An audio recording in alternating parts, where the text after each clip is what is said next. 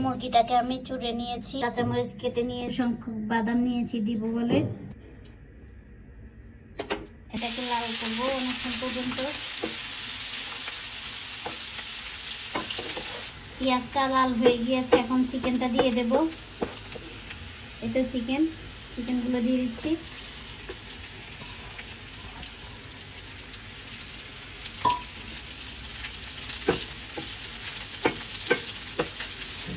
এখানে একটু চাট মশলা দিব। এটা চাট মশলা। এখন বাদামটা দিয়ে দিব, সবগুলো দিয়ে একসাথে নাড়বো।